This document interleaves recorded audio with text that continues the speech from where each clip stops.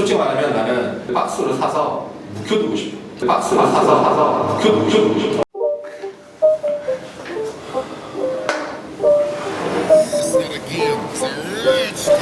거는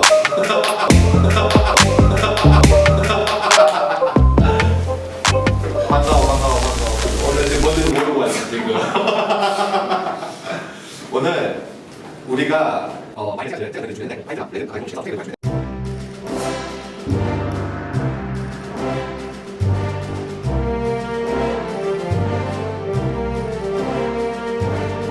자, 그러면 우리 왼쪽부터 한번 먹어볼까? 좀 마셔야지. 한번 테스트 한번 해볼까? 굉장히 상큼한데?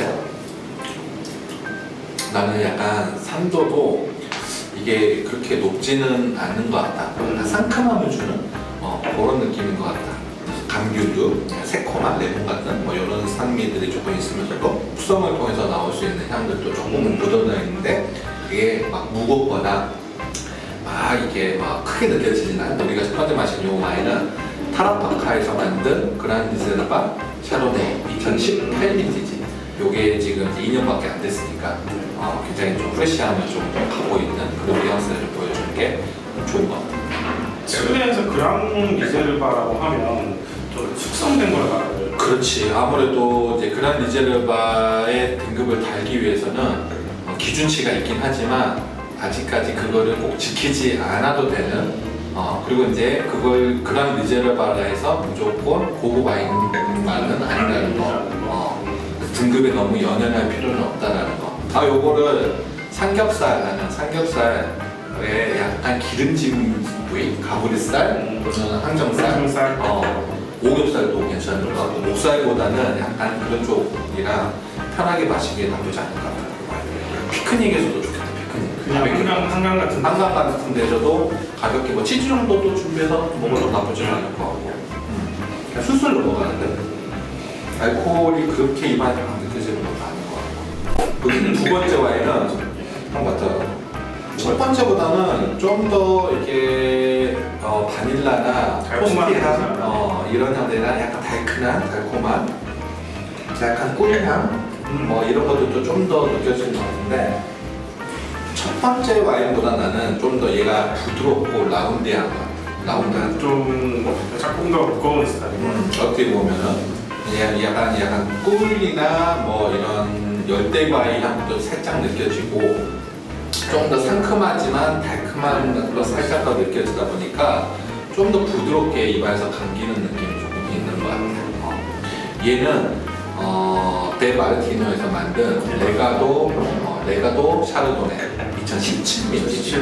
이것도 이제 유통되는 빈티지가 2017, 타르파카는 2018. 타르파카가 좀 더 영한 빈티지긴 하지. 그러다 보니까 좀 더 상큼함이 좀 더 있었던 느낌이 있는 것 같고. 약간 그냥 간단하게 얘는 스낵 같은 것도 난 나쁘지 않을 것 같아. 치즈나 그런 기본적인 좀 약간 담백한 스낵.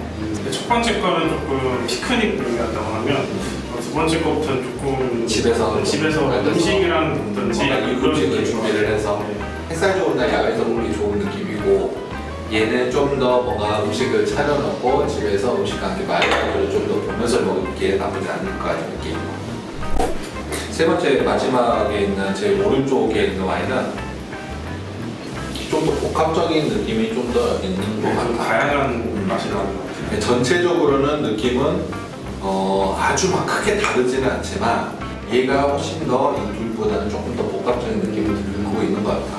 오크에서 나오는 약간 약간 오크통에서 나오는 뉘앙스가 좀 더 두드러지게 나타나는 그런 느낌이 같은데 이 와인 같은 경우는 몬테스 알파의 까베르네 소비뇽 2017 빈티지. 샤르도. 이 와인 같은 경우는 몬테스 알파의 샤르도네 2017 빈티지. 세 가지가 같은 품종인데 좀 다른 지역이 지금 완전 다르지. 제 왼쪽에 있는 이 타라파카가 레이다밸리 지역의 레이다밸리 지역의 산안토니오 지역 안에 있는 레이다밸리 지역의 와인이고 중간에 있는 얘가 리마리밸리.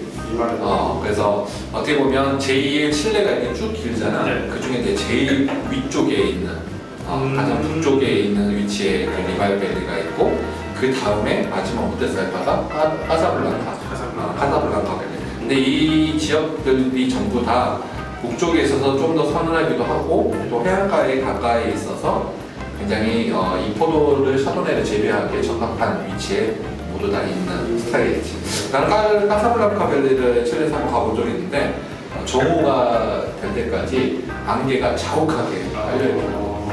그러면서 12시가 넘어가면서 햇살이 쏟아지듯이 일조량이 생기는 거고 감이 되면 다시 서늘해져서 그러다 보니까 다양한 복합적인 맛과 향을 좀 주는 것 같긴 해 얘네들이. 자 그러면 이제는 레드 와인. 과실 향도 그렇고 오크 향도 그렇고 과하지 않은 거야 진짜. 보통 이렇게 칠레 와인 생각하면 뭔가 오크도 굉장히 진하고 과실도 굉장히 진한 느낌인데 밸런스가 이렇게 보면 딱 좋은 느낌인 것 같아. 이 부분에 대해서는 좀 더 검은색으로 농이 잘 익은 그런 베리류의 향들이 좀 잘 이렇게 정제돼서 느껴지고 그 외에 약간 토스티한 느낌이나 약간 볼수 있는 이런 형태, 그 다음에 약간의 초콜릿 그런 향들, 다크 초콜릿 이런 향도 살짝 묻어나는 것 같고 전체적으로 밸런스는 괜찮아요. 너무 좋아. 이거 뭐 배고프다. 한 2010년 이후로 이때 만들어지고 있는 칠레 와인들은 퀄리티들이 굉장히 뛰어난 것 같아.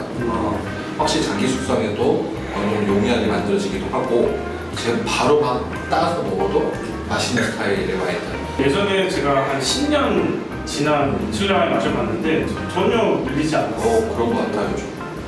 이 왼쪽에 있는 이 첫 번째 거는 타라파카에서 만든 똑같은 그라민 리제르바 까베르네 소비뇽이거지. 빈티지는 2017이에요. 두 번째 와인이에요.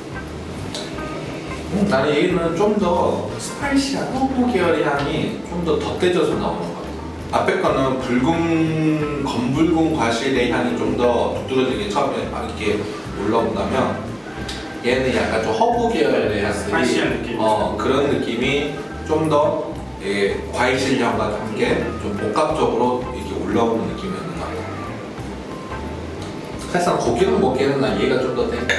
그렇죠. 아무래도 고기는 향이라든지 그런 데가 잘 어울릴 것 같아. 오히려 첫 번째 거는 고기보다는 얘는 그냥 그냥 마시는 게 더 맛있거든요. 그냥 맛있게 맛있어. 그냥 간단한 거 그냥 스낵 같은 거로 마시는 게 훨씬 나을 것 같고요. 얘는 중간 거 와인은 델마르티노 레가도 까베르네 소비뇽 2017년 마지막 거.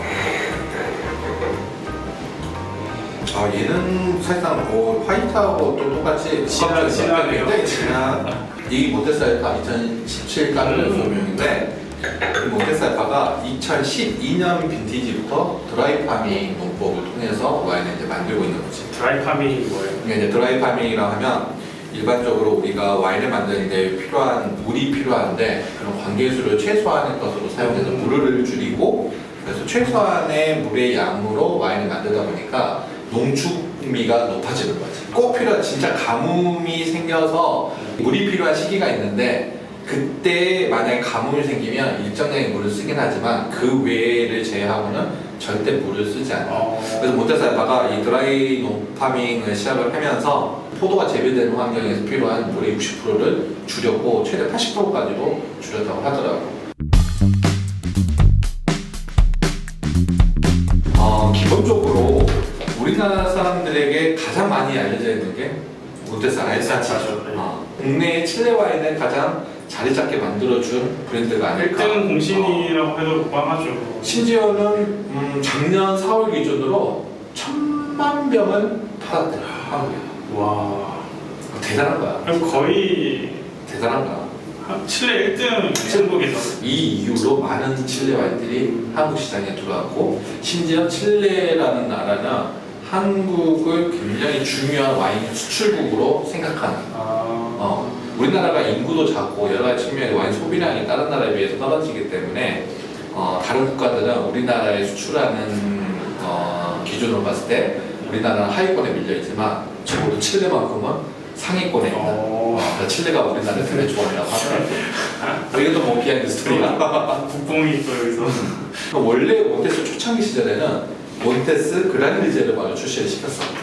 근데 너무나 그냥 다 똑같잖아. 물론 칠레는 스페인의 영향을 받았기 때문에 이 지금 스페인의 등급인 리제르바, 그라는 리제르바를 쓰고 있는데 모테스 같은 경우에는 이제 우리만의 뭔가를 가지고 싶었던 거야. 그란 리제르바라는 말을 버리고 어떻게 하면 얘만의 좀 독창성을 가질 수 있을까라고 생각하는 도중에 이제 그리스어로 A 첫 번째 단어 A 알파. 네. 그래서 이제 그때부터 몬테스 알파라고 브랜드를 부르기 시작한 거죠. 근데 이제 데마르티노라는 브랜드는 한번 수입이 됐다가 잠시 중단했다가 최근에 국순당해서 다시 이 브랜드를 갖고 들어왔는데 재밌는 게 이 브랜드 같은 경우에는 한 1900년도 초반에 와이너리가 설립이 됐는데 이름에서 데마르티노 약간 느낌이 이탈리아 쪽인 이탈리아 이민자가 설립한 와이너리.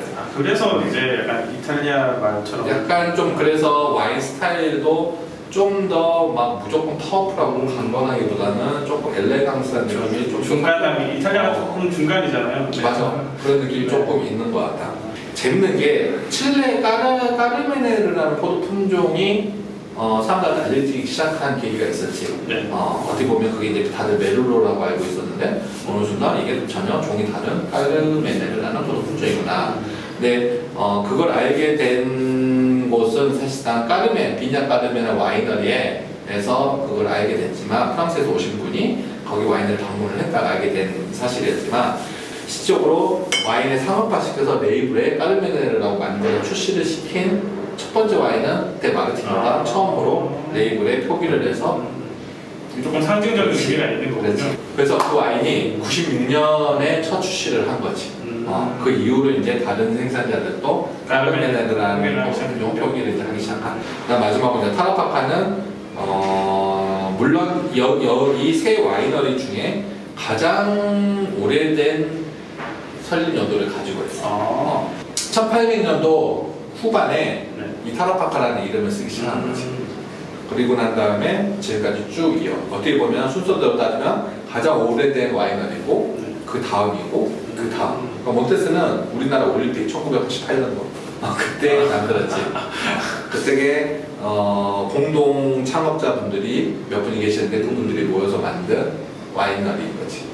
타라파카 같은 경우에는 칠레 내수 시장에서 이 그란 리제르바 등급 내에서 네. 가장 많이 팔린 1등이에요. 이게 아마 소비자가가 평균적으로 한 4만 원대에서 유통이 되는 걸로 알고 있는데 뭐 행사나 이런 거 하면 좀 더 싸게 살 수는 네, 있겠지. 네. 그래서 그런 뭐 기회를 통해서 많이 접할 수 있게 된다면 적어도 칠레 와인 다른 거 다 있더라도 이 세 가지 브랜드는 한번 맛봤으면 좋은. 칠레 와인은 되게 진한 스타일만 있을 줄 알았는데 오늘도 세 가지 이렇게 맛을 보니까 좀 비교가 되고 필요한 날에 필요한 와인을 구매해서 사가면 되겠다는 생각이 좀 많이 들었어요. 솔직히 말하면 나는 얘네들 브랜드들은 지금 얘네들을 박스로 사서 묵혀두고 싶어. 그냥 너무 비싼 와인을 박스로 살 수는 없잖아. 근데 얘네들은 가격이 괜찮게 나올 때 박스로 사도 어떤 고급 브랜드 하나 사는 정도의 가격, 그걸 박스로 살 수 있습니다. 그래서 놔두고 시간을 두면서 계속 맛보고 싶은 그런 브랜드인 것 같아요.